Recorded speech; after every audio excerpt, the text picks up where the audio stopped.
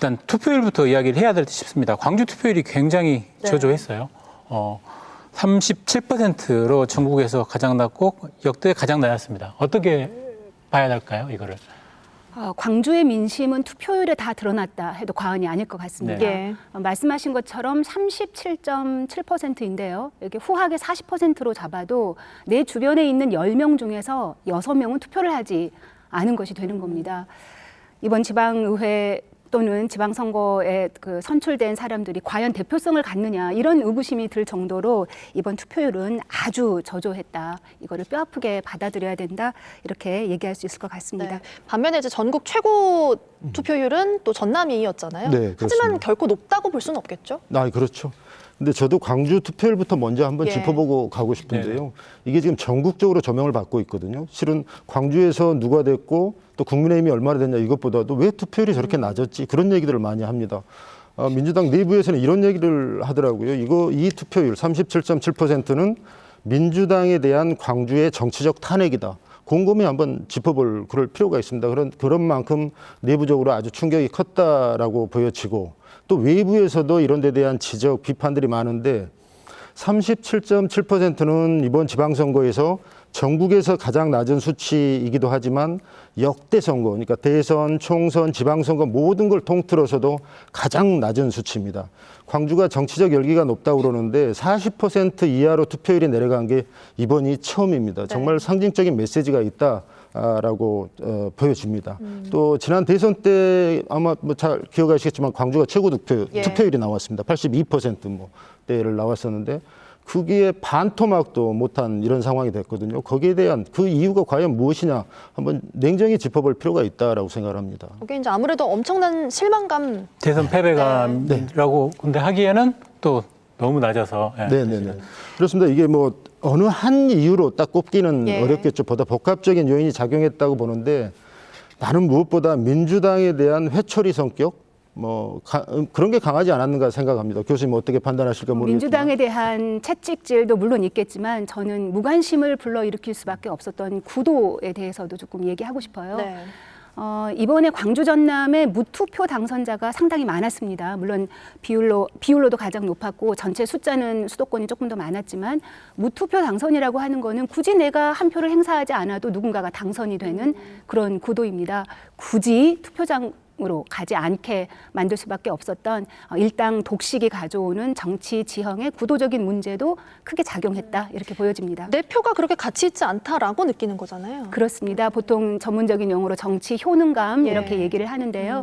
이번 선거에서 그 정치 효능감이 특히 광주의 경우는 그 어느 선거보다도 낮았다 이렇게 얘기할 수 있겠죠. 네, 근데 그래서 저도 무투표에 따른 광주 광산구가 지금 무투표 구청장이었지 않습니까? 네네. 거기가 투표율이 33.3%, 광주에서도 가장 낮았더라고요. 그러니까 당연히 무투표 지역이 많으면 투표율이 낮을 수밖에 없고 또 내가 굳이 하지 않더라도 민주당이 될 테고 또 정말 보니까 별로 찍을 후보가 없다. 이런 정치적 무관심에서 오는 투표율의 저하 현상도 분명히 있었습니다. 그렇지만 이번에 주목해야 할 것은 민주당이 일당 독점을 하면서 그동안의 대선 패배에 따른 거듭 되풀이됩니다마는 대선 패배에 따른 그런 책임 반성 혁신이 없었고 또 공천 과정에 얼마나 많았습니까? 여기서 다시 되풀이하고 싶지는 않는데 지금 공천 부작용, 공천 잡음 거기에 따라서 일반 유권자들은 그랬습니다. 나 이제 투표하고 싶은 생각이 없다. 그러니까 진보 성향의 광주 지지자들은 그런다고 해서 국민의힘으로 갈 수도 없고 또 과거의 국민의당처럼 제3의 정당이 있는 것도 아니니까 차라리 투표하지 않는 것으로 무언의 어떤 본인의 의사표시를 했다라고 나는 판단을 하고 있습니다. 그동안에 계속 광주 유권자들은 전략적인 투표를 많이 해왔었는데 이번에는 그마저도 안 했다, 포기했다라는 거지 않습니까? 네, 그동안에 낮았던 이제 투표율을 보였던 역대 선거가 저희가 좀 모아봤는데요. 화면으로 좀 함께 보면서 이야기해 보겠습니다. 네, 광주의 투표율입니다. 역대 선거 가운데 가장 낮았던 투표율이 보였던 선거인데요. 먼저 2002년에 치러진 제3회 지방선거 42.3%를 기록했고요. 2008년에 치러졌던 18대 총선에서는 42.4%로 이때 광주의 투표율이 전국에서 가장 낮았습니다. 여기서 끝이 아니었습니다. 이번 제8회 지방선거 때 40%도 넘지 못하면서 37.7%의 투표율을 보였습니다. 아무래도 이제 냉혹한 민심이 반영된 거다라고 봐야겠죠. 네. 저 37.7%는 선거 역사상 두고두고 회자가 될 것 같습니다. 박지원 전 국정원장이 정치 구단이라고 촌철살인에 한마디씩 하지 않습니까? 네. 이런 얘기를 하더라고요. 광주의 낮은 투표율에서 배워라. 광주의 낮은 투표율에서 길을 찾아라. 단적으로 말을 해준다고 생각합니다. 네. 좀 전에 나왔던 그 화면 투표율 얘기 조금만 더 할까요? 네, 화면 좀 보여주실까요? 네, 총 3개의 투표율을 광주에 낮았던 역대 선거에서 낮았던 투표율들 보여주셨는데요. 첫 번째가 2002년 3회 지방선거죠. 이때는 기억하실지 모르겠습니다만 한일 월드컵이 열렸던 시기입니다. 예. 정치보다는 월드컵에 조금 더 관심이 많아서 광주뿐만 아니라 전국적인 투표율이 낮았습니다. 48.8%로 이번 전국 지방선거 투표율이 그때 이어서 두 번째로 낮은 거였거든요. 두 번째 2008년 18대 총선은 기억해보면 돌이켜보면 이명박 정부가 들어선 이후에 열린 총선이었기 때문에 또 정치 무관심이 많았던 선거입니다. 그리고 이제 올해 제8회 지방선거가 나오죠.